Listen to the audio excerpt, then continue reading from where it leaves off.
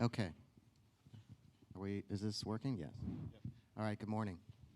We're going to jump right into it. In front of you are six highly regarded CEOs who have led their companies through significant events, including M&A, strategic shift, a major financial crisis during their tenure.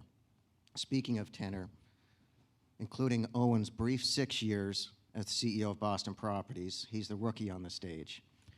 The average tenure of this esteemed group at each of their respective companies exceeds 25 years, and with Hap leading at 43 years at Regency, 26 years as CEO. He must have started when he was 7. All but Boston Properties has completed at least one major strategic acquisition or merger with another publicly traded REIT. Some other statistics.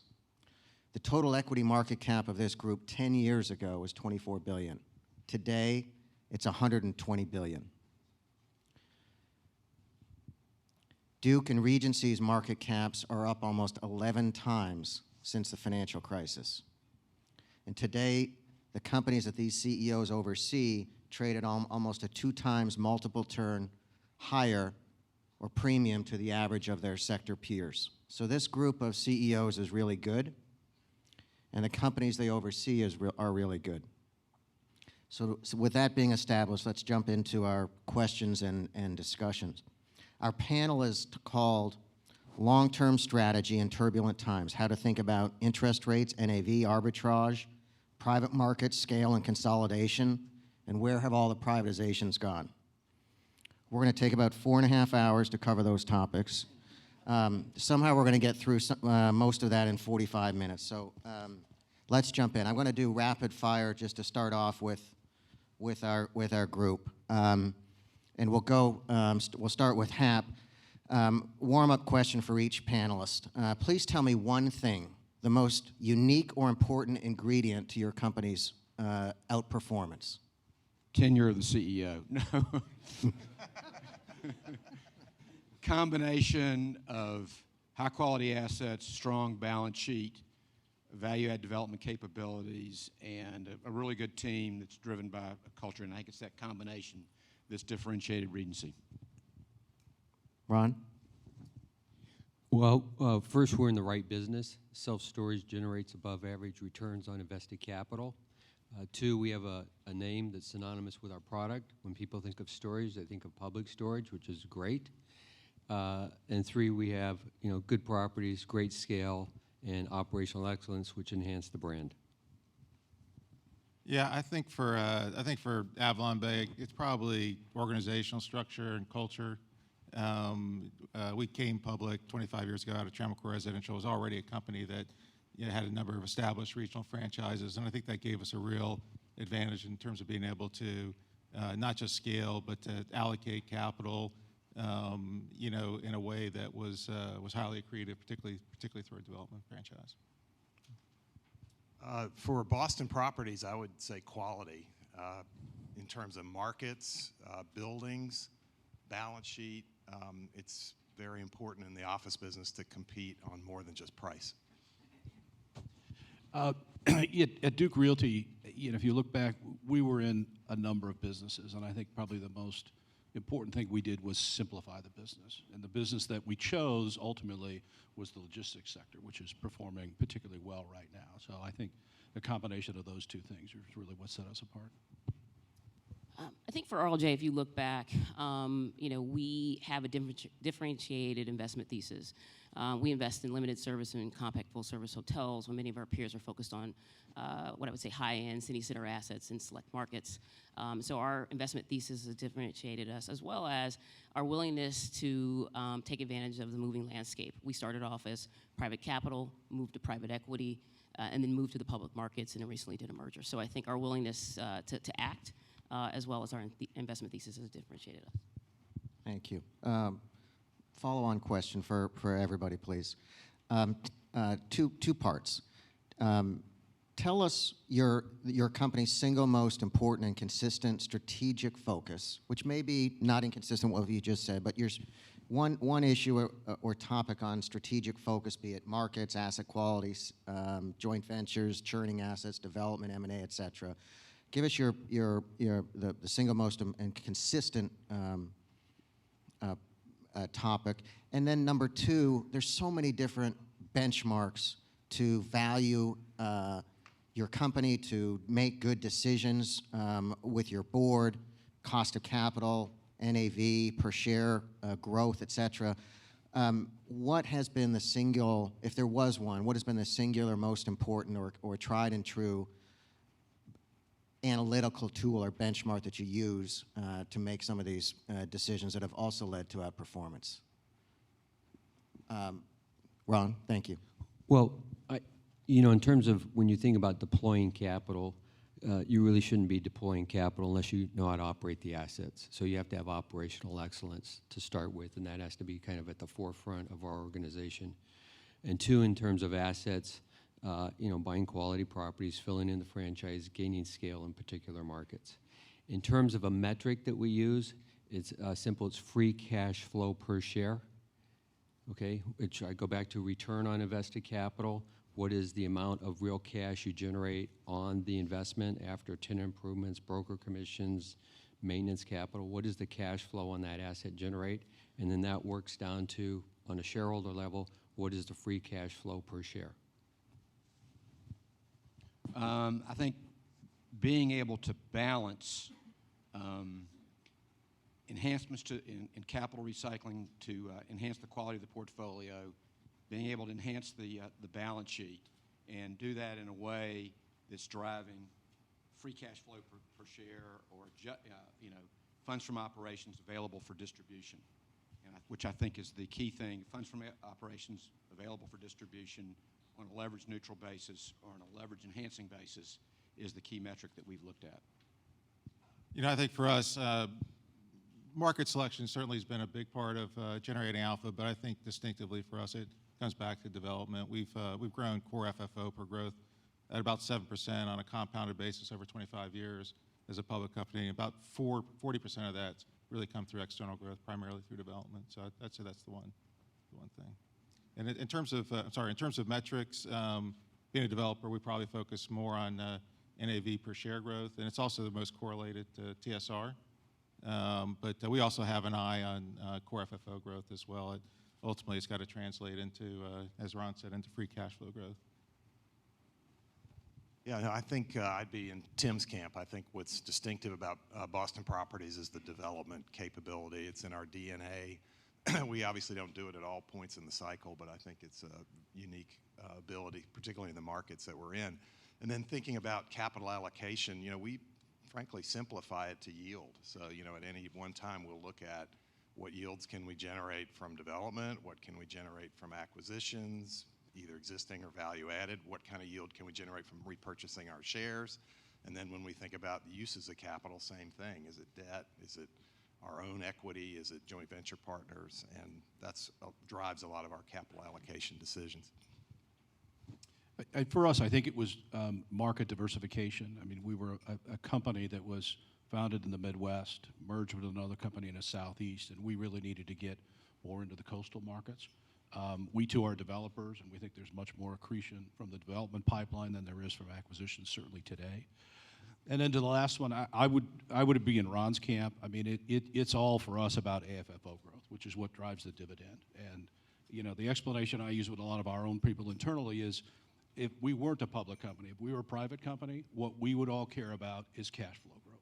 How much money are we going to put in our respective pockets? And that's what our shareholders should be focused on. For us, the thing that we've been very focused on is making sure that the assets that we buy are very compliant with our investment thesis. So being very disciplined around buying high-quality assets that are in markets with multiple demand drivers. And that's important because those types of assets, have RevPARs that approach that of full-service hotels, but margins that are like select-service hotels, and generate significant free cash flow. And that cash flow has afforded us the opportunity and the luxury to move between the segments that we've talked about in terms of private capital to public markets. And so being very disciplined about what we buy has been very fundamental for us. I would say on the metrics front, there isn't one metric that we look at. I think you have to triangulate between multiple metrics because metrics sometimes measure a point in time, sometimes they measure a horizon. And you really have to look at where you are in a particular point in the cycle because certain metrics become more important in that point in time and less important at other points in time. So whether it's cost of capital, NAV, FFO appreciation, free cash flow, all of those things are important and you have to triangulate between them. Very good, thank you. I'd like to go down the line one more time with the group commenting on the following. One out of consensus thing that you did or did not do as CEO that has been a blessing in hindsight. Start this end again. Well, probably the biggest out of consensus thing that we did was the takeover of Shurgard, because no one thought a hostile deal could ever be done. And not only was it done, but it was a taxable all-stock deal, which has also never been done. So that's by far the biggest out of consensus. That skips over TV advertising, preferred stock, all sorts of other things that we've done over the years out of consensus, but by far Shurgard. The out of consensus things that we did that I think are notable is coming out of the downturn, in spite of the impacts that we had, our balance sheet and the quality of our assets were better than most in our sector, but we kind of decided that wasn't good enough, and we further enhanced the balance sheet, and we further have continued to enhance the quality of the portfolio before it became fashionable to do so. Yeah, I think for us, Guy, comes back to development again. I'll tell you, over this last cycle, probably as early as 2013 or 14, we were getting a lot of pressure from investors to start pulling back from development, but we just saw it as a potentially a really long cycle with really strong tailwinds, whether it's demographic, how people were living, less likely to buy homes in this cycle. And if you look at what we've accomplished so far, we've completed about $7 billion in development so far this cycle. That's probably generated a little over $3 billion in net asset value upon completion. And we have another $3 billion under construction that's probably going to generate another $700 million. So a lot of that has actually occurred late in the cycle, or over the last 3 or 4 years. So I'd say that's probably the biggest out of consensus thing we've done. Expanding into new markets. So 3 or 4 years ago, we made the decision to move into LA, which we're happy about, and we made the decision not to expand into London, which we're also happy about. For us, I think it's probably the capital recycling. I mean, over the last 8 years, we've recycled about $18 billion of capital. And we're very happy with what we sold, and we're reasonably happy with most of what we bought. So I think that's probably was the most challenging thing for us.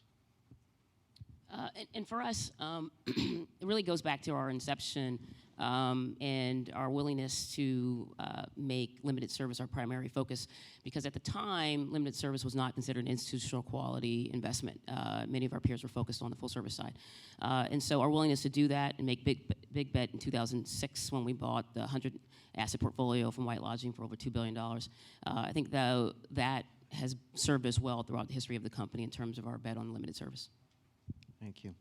Tim, you've talked about the importance of development being a hallmark of AvalonBay, but AvalonBay was also the product of a merger, and you could also have renamed the company perhaps AvalonBay Archstone as a result of the post-crisis acquisition of half of Archstone Communities, itself a product of merger activity. What were the drivers of your prior M&A activity, and do those drivers still exist today, or what will be the drivers of future M&A activity? Yeah, thanks, Guy. First of all, in the multifamily space, there's been a lot of consolidation, really since the beginning of the REIT era. We started with, in the mid-'90s, 35 to 40 apartment REITs. Today, there's basically 7 of scale that matter. So it's basically, we've seen about 80% consolidation. I think it's been a mix of some has been opportunistic. I think a lot of those companies that went public in the first place, it was really just playing the private-public arbitrage. And so when the conditions reversed themselves, they made another trade, and oftentimes went private. I think some of it was strategic. A lot of those companies were single market entities, and ultimately realized that from a go-forward strategy, they need to be in multiple markets, and then you've certainly seen some for just, I think, related to activism, maybe capital allocation missteps, succession issues, perhaps. You know, for us, M&A is not a strategy; it's a tactic towards achieving a strategy. So, when we did the Bay Avalon merger, which was a merger of equals between an East Coast and West Coast company in 1998, we had already made the decision we're going to go to the West Coast. We had already bought the Seattle division of Tremco Residential, as well as the Midwest division of Tremco Residential. So we had made a decision strategically to expand, and so that gave us an opportunity to do it. We thought at a reasonable price, being a merger of equals. Similarly, with the Archstone transaction, that was really more about market penetration. There was over 95% overlap in terms of our markets. It was an opportunity to buy, you know, a really great portfolio of assets, what we thought was early and what was going to be a long cycle. We paid full price. Owen, Owen was on the sales side of that, but ultimately it was really on strategy, and it was just a way to accelerate the strategy. Okay, Hap, my guess is you could consolidate the entire grocery or drug-anchored shopping center space if you wanted to. Why do you want to, or why not? That would add 40 years to my tenure to be able to do that, and that may be a little long.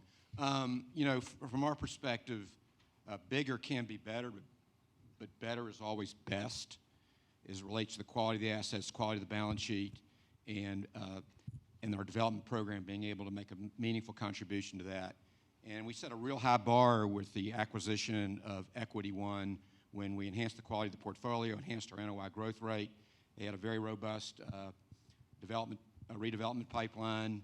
We were able to do it on a stock basis, so it was leverage neutral, significant synergies, no social issues, accretive to earnings on a leverage neutral basis.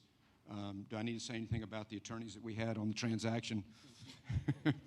Anyway, that's a very, very high bar, and it would take something similar to that in order for us to do something again. Because, as Tim said, M&A is not, it's a tactic to further advance making the company better. Do you think perhaps away from Regency, given the dynamics of the shopping center sector and the rest of the universe around you, do you think that there will be increased M&A activity for perhaps not reasons that would apply to you, but to further the strategy of others in the space? I think, as Robin said, I think that to a certain extent, the increases in values that we've seen, which may be around for a good period of time, is going to make it, even as private capital, may be more interested in coming into the space, and we're seeing some evidence of that. But at the same time, the compelling valuations may not be there. So I think there will be some M&A activity. What are there, 10 public apartment companies? Well, there's really 7 that are above $7 $1 billion. How many? Yeah. And we have like 20 plus or something like that in our sector. And I think there'll be some consolidation, but I don't see the shopping center sector going from 20 to 10 companies anytime soon. Why didn't it happen? Why hasn't it happened, you think? Obviously, I think it's social issues. Then I think that there's, where are the strategic fits that are there, and those are limited. So I think it's those two things that have resulted in a lot of names in the sector. Thank you. Leslie, there's been some M&A activity in the and privatization or attempted privatization activity in the lodging sector, and perhaps the lodging sector today looks, or certainly a couple years ago, looks like what Hap described in the community shopping center sector with a lot of companies. Tell us about the drivers of the Felcor merger for RLJ and whether you think we'll see more M&A activity in the lodging sector. So there were a lot of factors that went into the rationale for the Felcor transaction for us. First and foremost, the quality of the assets. It was high-quality assets that had a natural fit with what we did, and that was important to us. And those assets were embedded in a balance sheet that was constrained, and we had a balance sheet that we could take to rescue those assets and harvest the value in that. That was priority number one. Additionally, the transaction allowed us to expand in the markets that we weren't in, like San Diego or Santa Monica, for example. Additionally, we expanded into markets where we wanted more concentration, like CBD of San Francisco or Charleston. It changed the growth profile of our overall portfolio. We also had synergies that we could harvest both from the operating side of the platform as well as from the corporate side. And it also enhanced the overall metrics for our portfolio from improving our RevPAR and margins, et cetera. And so from us, from a strategic perspective, it added a lot to the combined platform, was a better platform. In terms of do we see additional M&A in the lodging space? Obviously, there's been another transaction since our transaction, and as both of these transactions mature and we're able to harvest the benefits from the transaction, some of which are immediate and some of which take time, I think that investors will begin to appreciate the value that M&A can bring, and I think that other companies will become more receptive. I do think that there is opportunity given the scale and number of players in the lodging space, but as mentioned by the fellow panelists, the social issues will be a key impediment to incremental M&A in our space. OT, why no M&A? And any regrets?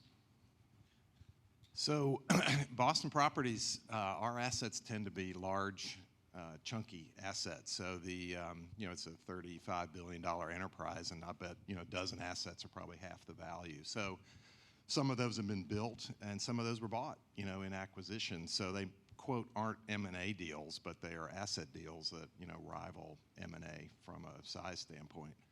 And I think in the office space, generally, there probably will be more M&A activity. I'm kind of with Hap. I don't think the number of companies have, but, Forest City was purchased last year. We just had Cousins and Tier REIT, and so I do think office companies trade at very significant discounts to NAV, so my guess is there will be some more activity in the space.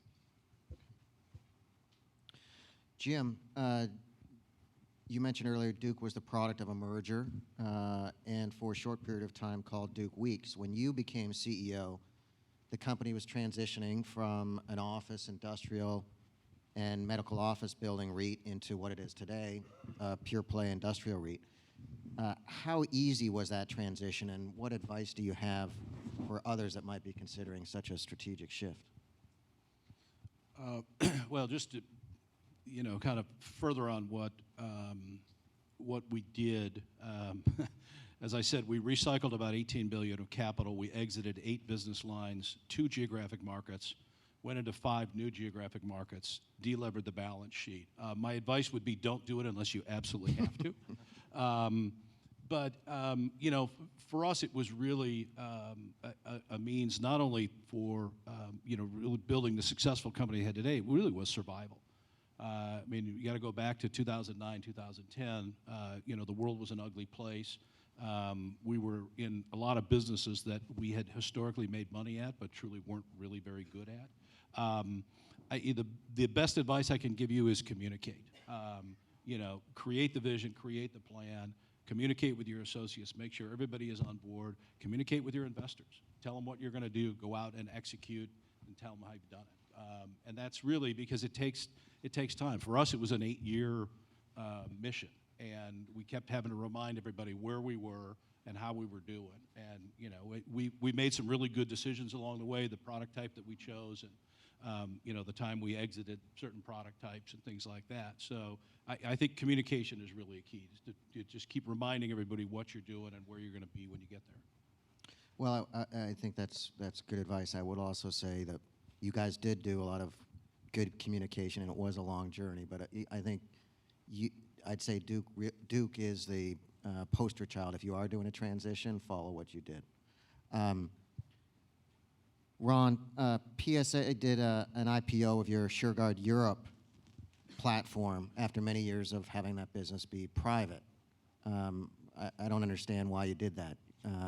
What's the thinking? Was it advice from? The bankers wanted to get paid. No, when we bought Shurgard in 2006, we picked up along with that what we call Shurgard Europe, which had about 110 properties, and we ascribed about $600 million in value to Shurgard Europe out of a $5.5 billion deal. So it wasn't the key driver to the merger, but it was part of it. We didn't know much about Europe, but we thought, eventually we could grow the company and then take it public like we'd done our commercial property business in 1998, PS Business Parks. And so the value we had in 2006 was about $600 million. When we took it public last year, which was always the plan to take it public and have it be a kind of self-funding vehicle that would have access to the public markets on its own without using the public storage balance sheet. The timing was right last year in terms of the valuations in Europe and the Shurgard management's team ability to deploy capital and the expertise that they'd acquired over the years. And so we took it public, and it has a valuation today of about $3 billion. Self-storage in Europe is like 20% of what it is in the U.S., and it's mainly a development game or strategy. And so we're in the major cities in Europe, and I hope that the plan is in 10 years, be $6 or $7 billion. And does the strategy change now from being private to being public? Not at all. It's still free cash flow per share, quality assets, build scale in markets. One of the disadvantages we have in Europe is we're in 7 different countries. If we had to do over again, we wouldn't be in 7 countries. We'd be in about 3. But we're in 7. We have good scale and relatively good scale. We have 9 properties in Copenhagen, but that's a big market share for Copenhagen. It's not very many in terms of absolute numbers, but so we don't plan to exit any markets, but we're really going to concentrate our growth in markets like London, Paris, and Berlin. When you had mentioned instead of doing M&A, you guys have bought some big assets through acquisition over time. You're also selling assets or joint venturing assets. Explain what's behind that. So we are doing both for 2 different reasons. So every year we do sell probably $200 to $400 million of what, quote, we'd call non-core assets. It's a market or a sub-market in one of our major cities that we no longer want to be in, or an asset we think is more valuable to the marketplace than it is to us. So we're delivering all these new properties and then selling some of the older ones and always freshening up the portfolio. So that's the sales. And then on the JVs, we have a very active and robust investment pipeline, primarily through new development. And we're not going to take our leverage up to the extent, we're going to keep our leverage at the current level. So as we're delivering the new developments, we're creating debt capacity to fund some of these new investments, but we can't fund all of them. So and we're certainly not going to issue our common equity at such a significant discount to NAV. So we've brought in joint venture partners recently over the last couple years into new acquisitions and developments to make our public equity go further. Leslie and Tim, you've been also selling assets or joint venturing. Can you comment on the thinking behind that? Sure. For us, we are definitely a net seller last year, and this year we'll be again. When we acquired the Felcor transaction, we acquired some assets that were not core for us in terms of they were resort-oriented assets or assets that had significant meeting space, which was inconsistent with what we do. The thing about it was they were great assets, and we've been able to trade those assets at very healthy multiples and de-lever our balance sheet, which was part of our thesis related to the transaction. So we have a few more of those assets to sell, but a large amount of our selling last year was associated with executing the plan. This year, we're selling some legacy RLJ assets. And anytime you have a large portfolio like us, 150 assets, you need to be an active portfolio manager. You're always going to have some part of your portfolio that's not core. And so what we're doing is focusing on assets that aren't core today and assets that are not going to be core a year or 2 from now. Yeah, for us, we've always sold assets as well as just part of good portfolio management, being a good steward of capital.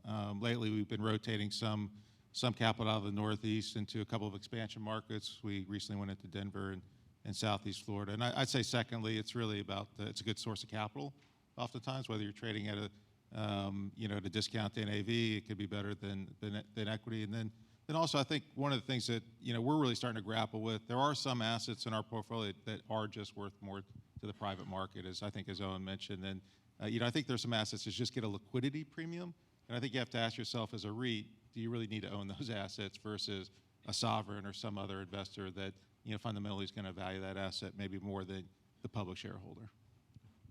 So I want to shift gears a little bit here, but earlier I gave appropriate accolades to each of you and as a group for your leadership and company performance. At the same time, if I look at where your companies trade relative to intrinsic value or net asset value, several of your companies or several of the companies represented here are trading at close to NAV, but not to pick on anybody, but Tim and Owen and Leslie, if I look at the data, it says you guys are trading at big discounts to NAV, and that doesn't make sense to me, or just in terms of the quality of the companies and leadership. So what's going on there in terms of, is it technical? Is it maybe actually people don't like you or don't like the company, or the strategy is not working? What's going on? I'll take a first crack at it. I don't like it either, Guy, so thank you for mentioning it. So I'd say there are two issues. One is what's NAV, and second, what's going on with the market. NAV, we have 18 sell-side analysts that— Were you ready for this question, by the way? Publish an NAV on Boston properties, and it ranges from $122 a share to $158 a share. So that's not a lot of precision.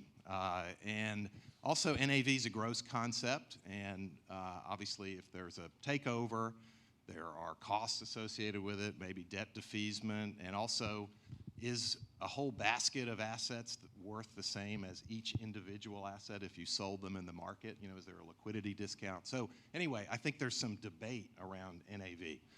Then the second is, I think it's a function of what's going on in the market. So the historical theory was that the REIT market was always in front of the private market. It traded up before private values went up, and it traded down before private values went down. Well, in the office sector, it's been a consistent discount to NAV for like 4 or 5 years. So something's changed because values have not gone down for office buildings over the last 4 or 5 years. And to try to make this quick, I think it's a supply and demand, a capital issue. So REITs have tripled in scale. They're over $1 trillion in market cap. The biggest growth has not come in the traditional real estate food groups. It's been in higher growth real estate related sectors. So there's a huge amount of REIT supply. And then on the demand side, there's been huge outflows, particularly in the REIT dedicated space. And for the first time, I saw a chart recently where actually actively managed generalist capital is greater than actively managed REIT dedicated capital in the REIT space. I've never seen that before. So that's my theory. Tim? Yeah, if you look at the apartment space, I would say that assets and the apartment sector is actually fairly valued today. The sector is around NAV, actually maybe even a hair above. We were probably 15 or 20% below NAV towards the end of the year. But if you look at just the asset values, they're trading, at least in coastal markets, call it in the high 4% cap rate range, and with reasonable growth, exit cap rate, capex assumptions, that's maybe a low 6 kind of unlevered IRR against a 2.5, 10 years seems reasonable, but fully valued in my view. And REITs are basically trading on top of NAV today. Now we're trading at a bit of a discount to the sector, which we're not happy about. And if I had to speculate, I'd say it's two things. I'd say there's a little bit of a knee-jerk reaction to developing late in the cycle. People, I think reasonably most investors say it's late cycle. Should you be developing? Not really giving a lot of thought in terms of how we might be capitalizing that and mitigating the risk of the development. And I think secondly, we're being a little penalized a bit for our Northeast and Mid-Atlantic exposure, which have been underperformers this past cycle. If you look at just across the map, the West Coast has been best by far. Then the Sun Belt, which is an anomaly, which hasn't been the case over the last few cycles, and probably then the Northeast, Mid-Atlantic, and maybe Midwest and Mid-Atlantic. So I think we're getting we're a bit in the penalty box around our exposure to the Northeast and Mid-Atlantic. I got the look. I would say that for us, there are a couple of factors. One is the overall lodging sector is down. And investors right now feel like there's no catalyst for lodging. It's a daily leasing business that's late in the cycle, that has low growth, tremendous pressure on the margin side. So even if you are able to grow on the top line, it's eroding on the bottom line because of expenses. Additionally, supply, although on a national basis is at the historical average, if you look at the specific markets that REITs play in, the supply growth is actually above average. And so investors right now feel like there's no real catalyst to be in lodging. And I think that's a key driver of what's happening in our space today. I think for us specifically, last year we chose to invest significantly in our portfolio, and we're seeing the dividends of that this year. But from a growth perspective, we had below level growth on the top line last year. We're recovering in that this year and expect to see the benefits of that. But I think overall, you have to have some level of growth on top line to offset what's going on in the broader lodging space. I'd just like to add the NAV concept, I think, had its day 25 years ago when all these companies were going public and people wanted to know what the real estate was worth. But as Owen said, more investors are generalists, and I don't think General Motors or IBM or AT&T are valued on NAV. They're valued on free cash flow and what the ability to grow cash flow is. And in the long run, that's going to be the determinative factor of all these companies up here is what's our ability to grow free cash flow. And the more we downplay that so that we could broaden our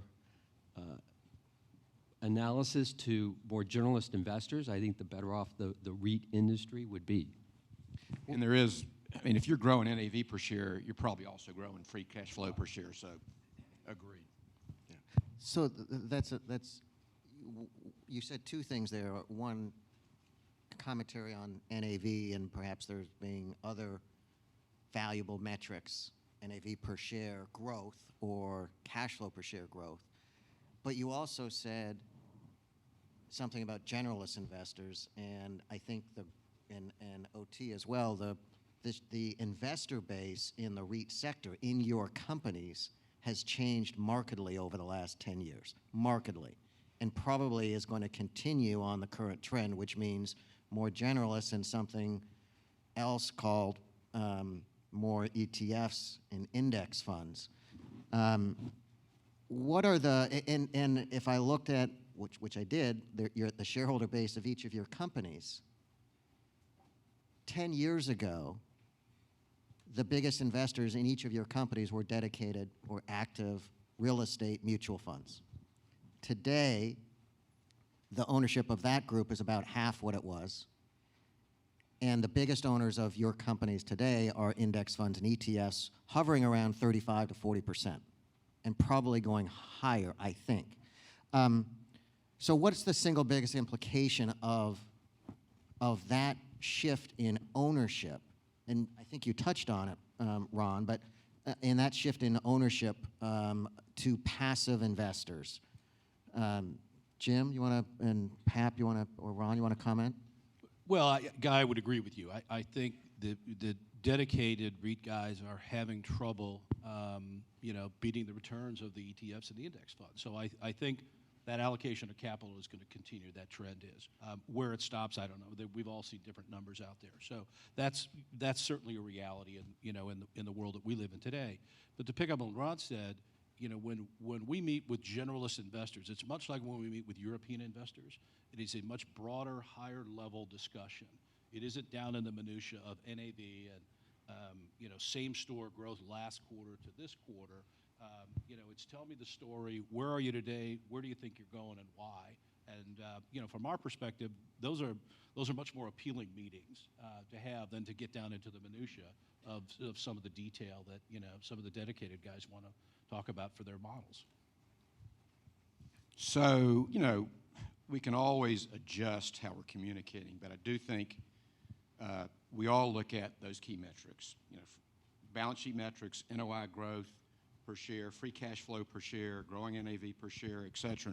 And if you're focused on that, and you can adjust, how you communicate. But I think we've got to focus on the things that we control. I'm always reminded of Benjamin Graham, who was the mentor of Warren Buffett, who said, in the short term, the market's a voting machine. In the long term, it's a weighing machine.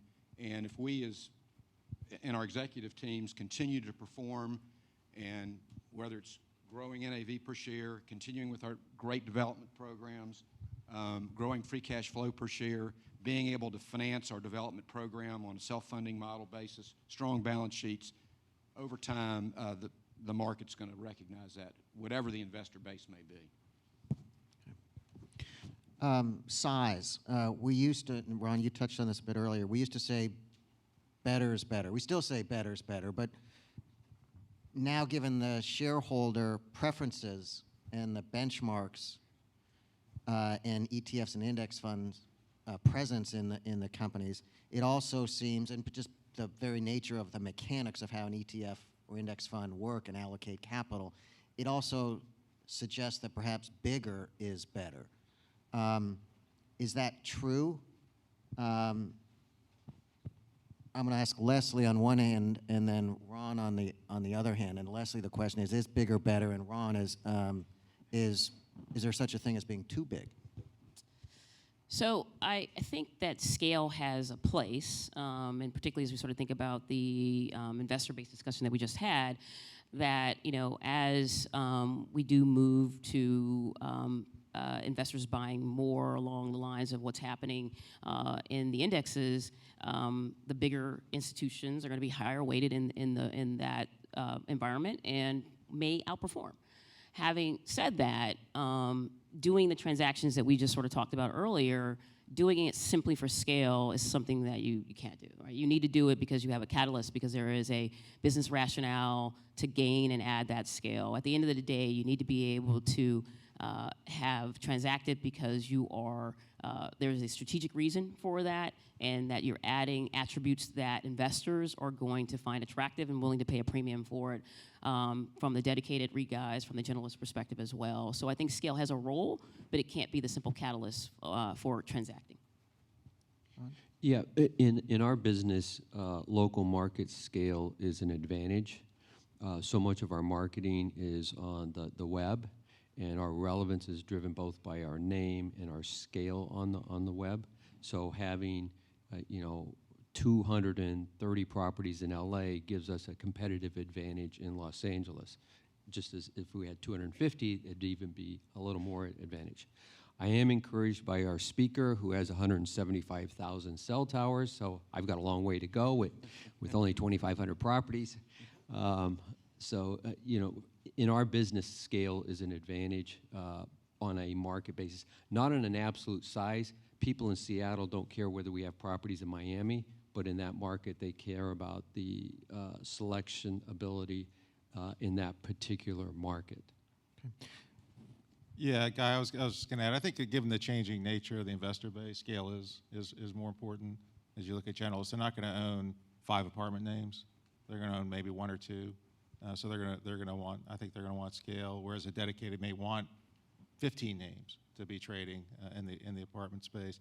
And then I think if you look at G&A loads, I mean it is very correlated to scale, balance sheet size, be able to withstand downturns. I mean the generalists are very focused on business model, and ultimately that's going to you heard it from Jim. It's going to require more investment in capabilities, whether it's whether it's technology, whether it's data analytics.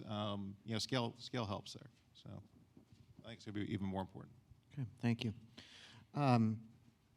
At the November, December, REITs in the broader market were down 20%, and I think everything was put on pause in terms of trying to figure out what's going on in the marketplace, what's going on with interest rates, where are we from a political standpoint, and there seems to be a lot of clarity on all those topics in the last 30 days. But if you look at broader market performance and REIT performance up 20% in the last 30 days or 45 days, I don't think REIT values or real estate values have changed that much in that period of time.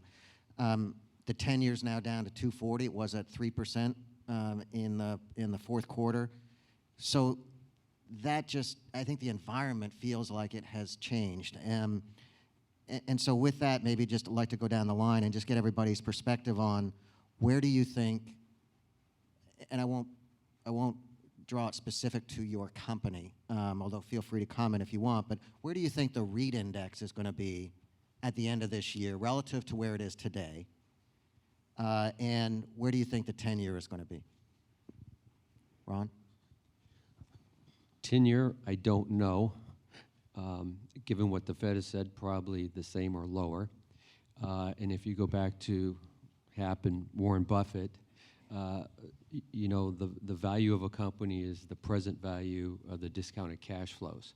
So if interest rates drop 60%, all the companies here are worth a lot more. And that's a big drop on a 3% starting point. So I would say everyone here is worth more. And if rates continue to stay low or go lower, we're going to be worth a lot more next year. I'm not going to disagree with my friend Ron.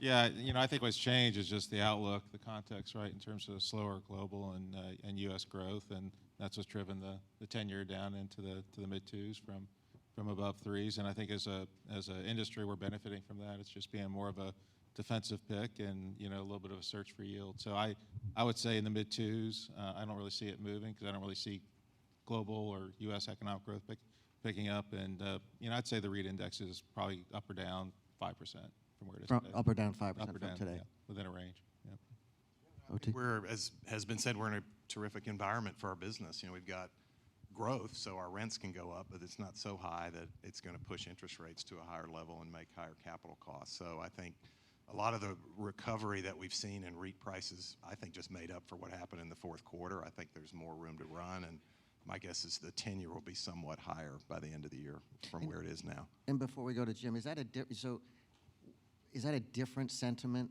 today than what you would have thought or forecast in the middle of December? We've been saying on our quarterly calls we're not overly concerned about large rate rises, but that's when it was in the low threes. So I am surprised we're at 2.4 today, but we have been less concerned about high long-term interest rates over the last couple of years. Jim? Yeah, I think the 10-year is going to be basically flat for the rest of the year. You know, I think there's cases to be made both ways, so I think it'll just kind of bounce along. I think, you know, as has been pointed out, I think all of our values will be up. I think, you know, there's probably a good 10%. And I think if you look sector by sector, there's plenty of room from where we have traded at previous highs. So I don't think we're moving into uncharted territory.